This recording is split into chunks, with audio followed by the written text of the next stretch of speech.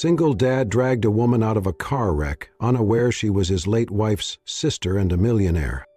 The rain fell in sheets over the winding mountain road, the kind of relentless storm that turned the narrow pass outside the small Oregon town into a treacherous stretch of shadow and slick pavement.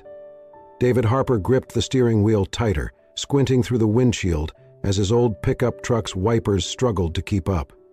He had just finished his last delivery for the night, lumber for a hardware store, and was desperate to get home. His son, Eli, only 3 years old, needed his heart medication by 9 p.m. sharp. David had already missed too many deadlines lately, too many unpaid bills piling on the kitchen counter. As the truck rounded a blind curve, David's headlights flashed across something that made his stomach drop. A car, twisted and crumpled against a tree, steam rising from its mangled hood. Without thinking, David slammed on the brakes. The truck skidded slightly before jerking to a halt on the muddy shoulder. He threw open the door and ran, boots splashing through the mud and puddles. "Hello?" he shouted, over the roar of the rain and the hissing engine. "Is anyone there?" The driver's side was smashed in. He rounded the vehicle and found the passenger door ajar, barely hanging on its hinges. Inside, slumped over the center console, was a woman. Blonde hair clung to her cheeks, soaked and streaked with blood from a shallow cut at her temple. Her chest rose and fell, but she was unconscious. Hey, can you hear me?" David leaned in, shaking her gently. Her skin was cold, no response. With adrenaline buzzing through his limbs, he reached under her arms and pulled her from the wreckage. She was light, limp, like a drowned bird. He staggered back to his truck with her in his arms, carefully placing her in the passenger seat and grabbing the emergency blanket from behind the seat. Just as he was reaching for his phone to call for help, the woman stirred. Her head tilted slightly, her lips parting in a hoarse whisper. "Claire." David froze. Her voice, that name. He turned to look at her, and for a moment, everything in the world seemed to hold its breath. She blinked up at him through the rain-streaked glass, dazed but alive, and David felt his heart drop into his stomach. It was not possible. It could not be. The curve of her jaw, the delicate arch of her eyebrows, her nose, even the faint dimple that appeared when her lips moved again. "Claire," she whispered once more, eyes fluttering shut. David stared at her, unmoving, his breath caught in his throat. Because the face he saw, it was the face of his wife. But his wife, Lily, had died 2 years ago, and yet this woman, this stranger, she looked almost identical. Not exactly. Her hair was longer, and her voice had a huskier edge, but the resemblance was undeniable. A shiver ran through him that had nothing to do with the cold. He sat there, soaked to the bone, staring at her while the storm raged on outside. His hands trembled as he finally picked up the phone and dialed 911. "Yes, I have a car accident victim. She is alive but unconscious. We are about 10 miles east of Millridge, just off the main pass. Please send an ambulance." After hanging up, he looked at the woman again. "Claire." "Who are you?" he thought. "And why do you have my wife's eyes?" He did not realize he was still staring until her hand twitched beneath the blanket. His fingers reached instinctively to adjust it, tucking it beneath her chin. The road outside had emptied. The world for a brief moment had narrowed to the tiny cabin of his pickup truck, the steady drip of rain, and the mystery of a woman who should not exist. As red and blue lights began to reflect off the slick pavement in the distance, David could not shake the strange feeling pulsing in his chest. Not just fear, not just confusion. Something deeper, recognition, connection, and the first spark of a truth he could not yet name. David carried the woman gently from the truck to the small guest bed in the corner of his modest home. Rainwater dripped from her coat onto the wooden floor, but he barely noticed. His hands were trembling. She had said her name was Claire. Claire, and yet her face, God, her face looked so much like Emily's. It was like staring into a ghost that refused to fade. Her cheekbones, the curve of her lips, even the faint freckle near her left eyebrow. The resemblance clawed at his chest. Max stood by the kitchen doorway in his dinosaur pajamas, clutching his stuffed bunny, his wide brown eyes locked on Claire. "Mommy?" he whispered. David's heart cracked at the sound. He dropped to one knee beside Max. "Nobody," he said softly, brushing a curl from his son's forehead. "This is Claire. She's just staying here for a little while, okay?" Max blinked, uncertain. He looked at Claire again. She stirred slightly on the bed, her lashes fluttering. "Okay," Max whispered, but his eyes lingered on her. By morning, Claire was sitting at the table, her hair still damp, wearing one of David's old flannel shirts. She looked out the window as if trying to piece the world together. She had no ID, no phone, no memory of where she had been going, just her first name and a haunted look that seemed to speak of roads too long and burdens too heavy. "I can cook," she said quietly, after a long silence, "to repay you for letting me stay. It's the least I can do." David hesitated. "You don't have to." "I want to," she said. She moved around his kitchen with quiet precision, opening cupboards like she already knew what was inside. David watched her chop onions with practiced ease, crack eggs into a bowl like she had done it 1,000 times. The smell that soon filled the kitchen hit him like a punch to the gut. He knew that smell. Scrambled eggs with chives, toast with a hint of garlic butter. It was Emily's favorite breakfast, one she had made every Sunday morning. Max ran in, drawn by the scent.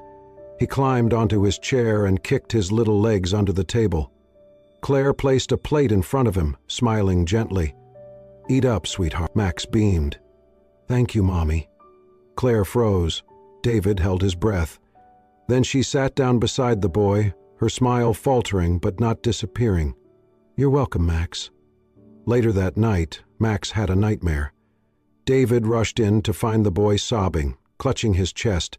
Claire was already there, kneeling beside the bed, wrapping Max in her arms and whispering, "It's okay, baby. I'm here. I'm here." "Don't go," Max cried. "Please, Mommy, don't go." Claire looked up at David then, her eyes wide and wet. She rocked Max gently, smoothing his hair, and whispered the same words again.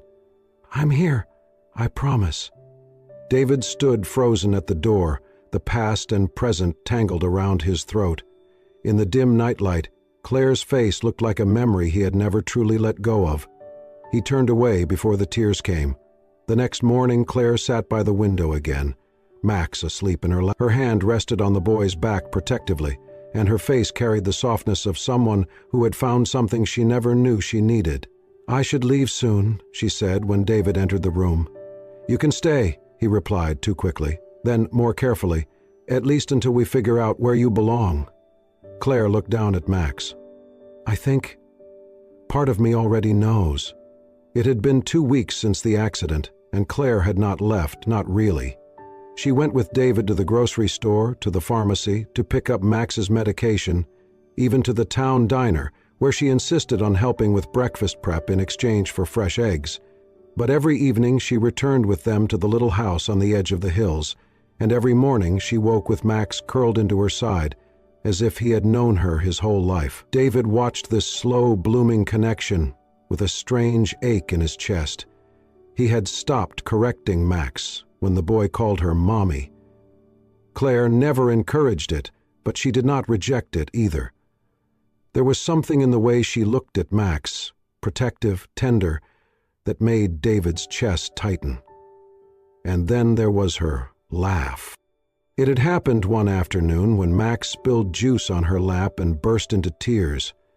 Claire scooped him up, spinning him in the air as she laughed, a sound so full of life and light that David had to look away.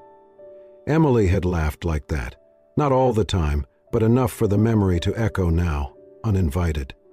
At night, David sat on the porch while Claire cleaned up inside.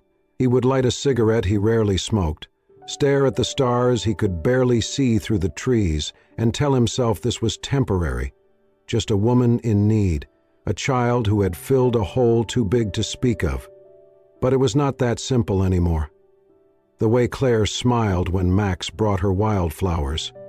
The way she made soup when David coughed once too many times. The way she tucked a blanket around him when he dozed off on the couch after work. These were not the gestures of a guest. They were the quiet rituals of someone who had always belonged. One evening at the grocery store, it happened. Claire was near the produce section when a man approached her. Tall, well-dressed, European. David hung back instinctively. They spoke briefly, Claire startled, then guarded, but what struck David was the language, French, fluid and precise. She turned away quickly, brushing past the man with a cool nod and returning to David with apples in hand and a faint smile on her lips. He said nothing on the drive home, but something shifted. Later that night, he could not sleep. Max was out cold in Claire's lap, both of them curled up on the couch. Claire's hand rested lightly on Max's back, her chin tilted toward her chest. Her breath was steady, calm. David walked past them into his bedroom. He opened the drawer of his nightstand and pulled out the old photo album he had not touched in a year. He flipped to the picture he always stopped at. Emily in the kitchen, holding Max when he was just a baby. Her blonde hair was pulled back. She wore a pale blue sundress. Her smile was wide and real. He looked back into the living room. Claire shifted in her sleep, her head now resting on Max's shoulder. David brought the photo to the doorway and held it up, his hands trembling. The resemblance was uncanny. It was not just the face. It was the way she tilted her head when she listened, the way her nose crinkled when she smiled. He lowered the photo slowly. The air felt heavier. David walked back to the kitchen table and sat down, the photo resting before him. "Who are you really, Claire? And why does my heart ache when you are near?" The evening was quiet, the kind of stillness that settled only after a long day and an early snowfall. Inside the house, the fire crackled softly, casting a warm glow across the living room. Max had finally fallen asleep, tucked under a blanket on the couch with his stuffed elephant clutched in one small hand. David sat at the kitchen table, a framed photo in his hand. Claire entered quietly, drying her hands on a towel. She paused when she saw him, sensing the weight in the air. "Claire," David said, his voice low. "There's something I need to show you." She walked over slowly. He turned the photo toward her. In the picture, a smiling blonde woman held a baby in her arms. Her eyes sparkled. Her face was serene. Claire's breath caught in her throat. She stared at the image, her hand trembling as she reached for it. "Emily," David said, "that was my wife. She passed away 2 years ago." "This was taken not long before Max was born." Claire's knees gave slightly, and she sank into the chair across from him. She has my face," Claire whispered. "But not just that. The shape of her hands, the way she smiles." David's brow furrowed. "I know. You look exactly like her. That's part of why I've been so conflicted." Claire looked up, eyes wide. "Her name was Emily?" David nodded. Claire's fingers tightened around the frame. "My name is Claire Dupont," she said softly. "I grew up in Paris. I was adopted by a French couple when I was 6, but I was not born there." David leaned in, confused. "I always remembered flashes," she continued. "A playground, a house with yellow curtains, a girl who looked just like me, my sister. We were twins. I got lost one afternoon in a crowded market. I never saw her again." She swallowed hard, tears filling her eyes. "They told me there were no records, that maybe I imagined her. But I never forgot. That's why I came back. I needed to know if she was real. I needed to find her." David stared at her, his heart thudding in his chest. "She was real," he said, his voice cracking. "And she was everything." Claire's tears fell freely now.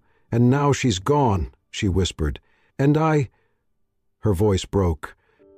"I fell in love with her husband." David looked away, his jaw tight, his hands clenched.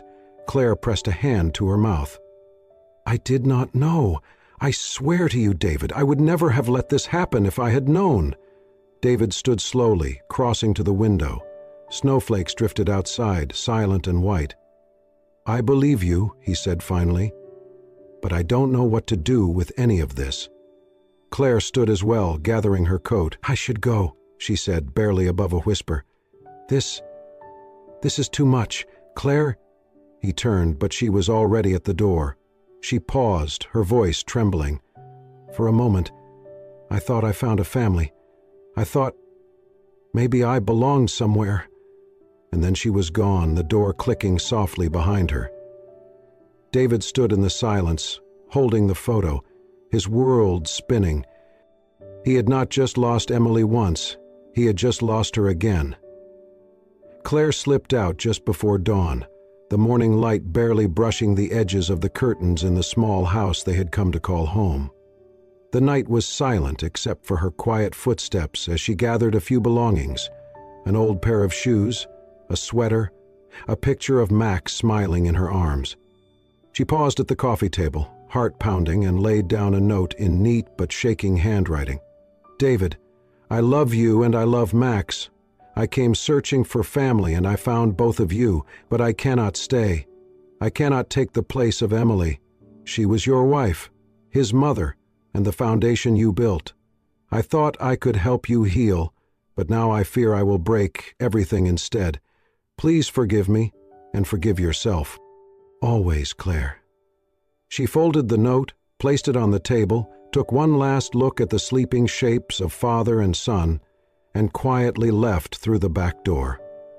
The early morning mist swallowed her silhouette as she walked away. Inside, Max stirred, shifting his stuffed elephant in his arms. He woke fully and blinked in confusion. "Daddy? Mommy!" David snapped awake in bed, heart thundering, and rushed into the living room. Max sat on the couch, tears welling in his eyes. Beside him lay the note, folded like a fragile promise broken. David swept Max into his arms.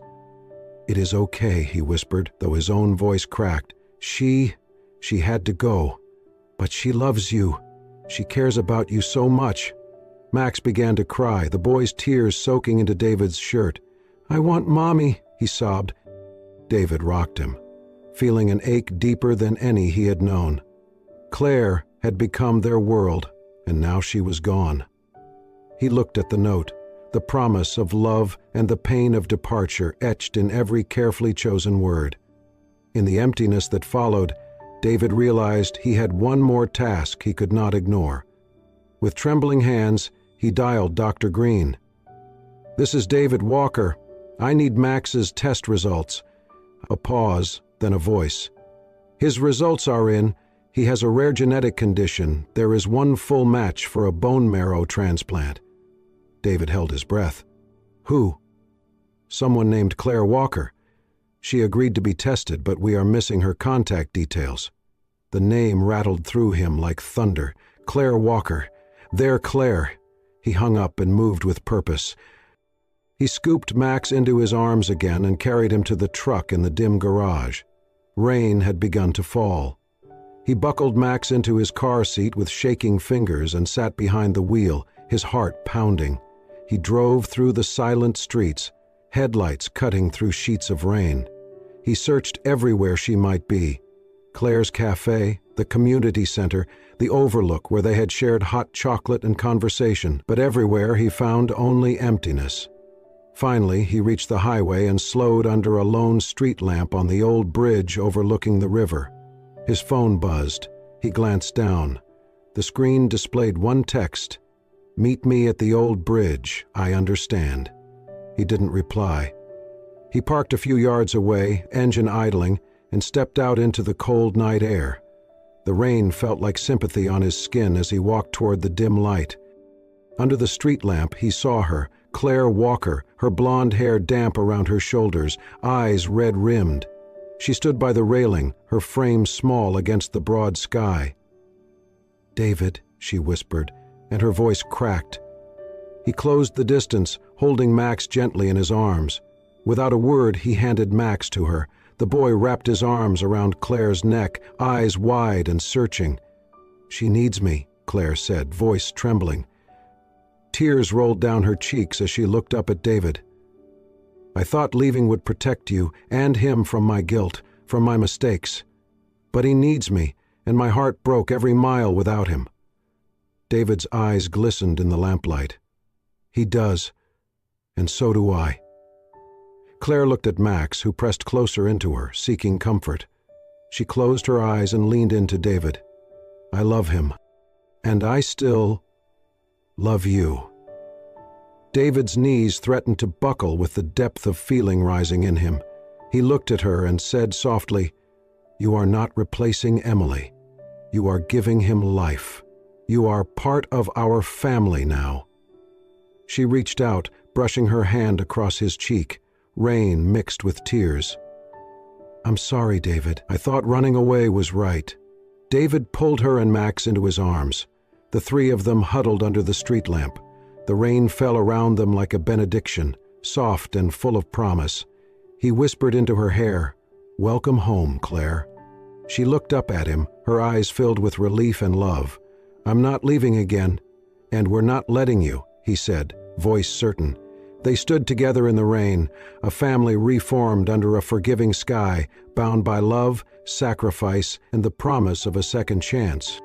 Claire stood by the window of the hospital room, her arms folded tightly around herself, watching the drizzle trace faint paths down the glass. Max slept in the small hospital bed behind her, his tiny body hooked up to a monitor that beeped with rhythmic certainty. The procedure had gone well, but the recovery was a waiting game. A hard one.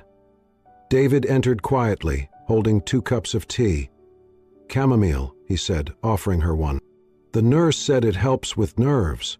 Claire took it, her hands brushing his. "Merci," he smiled faintly. "You've been teaching Max more French. I heard him count to 10 this morning." Claire's lips curved. "He is very proud of that, you know. He said he's going to count in French and make the nurses fall in love with him." David chuckled. "He might succeed. He already has the dimples." They sat down beside each other, silence stretching between them, but no longer uncomfortable. Since Claire's return, the walls had started to crumble. She had not only agreed to the transplant, she had also insisted on covering every cent of the cost, wiring money before the doctors could even finish their explanation. "I could not leave him," she had said when David asked, "not after seeing how much he needed me, how much I needed him." The weeks of Mac's treatment had created a new rhythm. Claire came by each day, reading to him, brushing his hair back from his forehead, singing lullabies in French and English. She brought meals David had long forgotten how to cook, recreated his late wife's recipes with small twists that somehow made them feel new. One night, after Max had finally drifted into a deep sleep, Claire stayed longer than usual. They stood in the kitchen, their hands bumping occasionally as they washed and dried dishes. David watched her carefully. "You've brought life back into this house." Claire looked down. "Sometimes I worry it is only because I look like her that I make him feel close to his mother again." David set the dish aside and turned to her. "It is more than that." Still, something in her eyes remained distant, guarded. Later that evening, Claire stepped out onto the back porch. David followed. The sky was clear, stars faintly visible through the soft Oregon night. She held a small photo in her hands, the picture of Emily David had once shown her. "She had my eyes," Claire said softly, "but hers were always stronger, braver. I was the quiet one, the dreamer." David stepped closer. "I do not know what she was like at 6 years old, Claire. I only know the woman I married, and I only know the woman standing in front of me now." Claire turned, her expression unreadable. "Do you love me, David?" His breath caught. "Yes." She hesitated. "Do you love me because I look like her, or because I am me?" David reached out and took her hand, pressing it to his chest where his heart beat steady and sure. "I love you because you are Claire, not a reflection, not a shadow. You came into my life when I had forgotten how to feel anything but grief. You brought kindness, warmth, and laughter back into this house. You healed us, not because of who you reminded us of, but because of who you are." Claire's throat tightened. I needed to hear that. He pulled her into his arms, gently. And I needed to say it. They stood there for a long time, wrapped in each other, the sound of the wind rustling the trees around them. Somewhere inside, Max murmured in his sleep. As the moon climbed higher into the sky, Claire looked up at David. "I have always been searching for home," she said. "I think I have finally found it." David kissed her forehead. "Then stay. Build it with us." She nodded, the final pieces of fear melting away. In the quiet night, their future felt closer, warmer, more possible than ever before. The soft crash of waves against the Oregon shore provided the perfect symphony to the late afternoon breeze. Lanterns swayed from driftwood posts, and picnic tables were covered with white cloths and wildflowers. Friends and neighbors from the small town gathered along the beach, barefoot in the sand, laughter echoing between toasts and music. It was a celebration, not of a holiday or a milestone marked on the calendar, but of something far more precious. Max, now weeks into his recovery, ran in circles near the water's edge, squealing with joy as a flock of seagulls scattered into the air. His cheeks were pink, eyes bright. Life had returned to his small body and to his world. Claire stood a few paces back, watching him. She wore a simple white dress that danced around her knees in the wind. Her long blonde hair was loosely braided, the same way she used to wear it as a child. In her hands was a wooden tray of small berry tarts, her signature dessert, the very one she had made the first night David had asked her to cook in his home. That night felt like a lifetime ago. David approached her from behind, his hand gently grazing her back. "He has not stopped smiling all day," he said. Claire smiled. "Neither have I." "Good," David replied softly, "because I have something to ask you." Claire turned, surprised by the sudden seriousness in his tone. David pulled something from his pocket, a small velvet box. Around them, the sounds of the party dimmed, as if the world knew to pause and listen. He opened the box to reveal a simple gold ring, the inside engraved with 3 names. Max, Claire, David. Claire's breath hitched. "I know we can never replace what was lost," David began, his voice steady, though emotion lingered just beneath the surface. "Emily will always be part of me, part of Max. But life has given us a second chance, a chance to build something new, not in her shadow, but with her memory blessing us. Claire, you are not just a part of our story. You have become the heart of it. Will you marry me?" Silence settled over the beach for a heartbeat. Claire's eyes shimmered as she nodded. "Yes," she whispered, then louder. "Yes!" Cheers erupted from the crowd. Max, catching on, ran toward them with sandy feet and wrapped his arms around both their legs. "Are we getting married?" he asked, grinning. David laughed and scooped him up. "We are." Claire pressed her lips to Max's forehead and then to David's cheek and finally to his lips as the crowd clapped and hollered with joy. Later that evening, as the sun sank low and painted the sky in shades of fire and lavender, David stood near the bonfire, speaking to the gathered guests. "This town," he said, "gave me support when I lost everything. And this woman," he looked at Claire, "gave me the courage to live again." He paused. "Tonight, I want to announce something quietly. Starting this fall, we are establishing a scholarship fund in 2 names. Emily Caldwell, who gave me the greatest gift of my life, and Claire Beaumont, who saved him." There were gasps, followed by tears and applause. David did not say more. He did not have to. Claire looked at him from across the firelight, her hand pressed to her chest. The gesture was quiet, private. "Thank you." As the night wore on, music returned. Children danced, older couples swayed. David and Claire took to the sand for a slow waltz, with Max perched on David's feet, giggling. "Do you think she's watching?" Claire asked, her head resting on David's shoulder. "I know she is," David said, "and I think she's smiling." Claire closed her eyes, letting the wind carry away the last threads of doubt. For the first time, the future felt wide open and entirely hers. They had not replaced Emily. They had honored her. And in doing so, they had found their way forward, hand in hand, with a little boy in between, and a love reborn from grief, grounded in truth, and lit by the stars above the sea. The morning sun filtered through the lace curtains, casting golden light across the modest kitchen. The smell of fresh-baked cinnamon rolls filled the air, mingling with the aroma of scrambled eggs and warm toast. Claire stood by the stove, humming softly, her blonde hair twisted into a loose bun.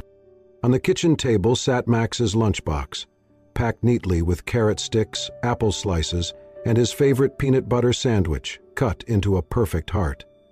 Max bounded into the room with the boundless energy only a 4-year-old could possess, his backpack slightly crooked on his shoulders.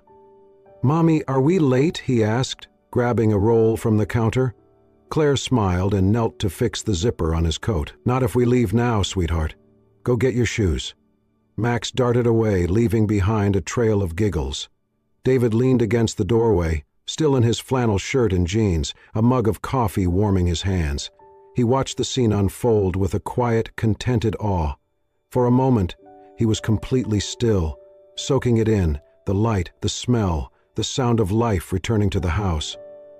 "I could get used to mornings like this," he said. Claire turned to him, her face glowing in the light. "You already have." He walked over and pressed a kiss to her forehead. "You know, she used to make cinnamon rolls just like these." Claire nodded. "I know. But they never smelled this good," he added with a grin.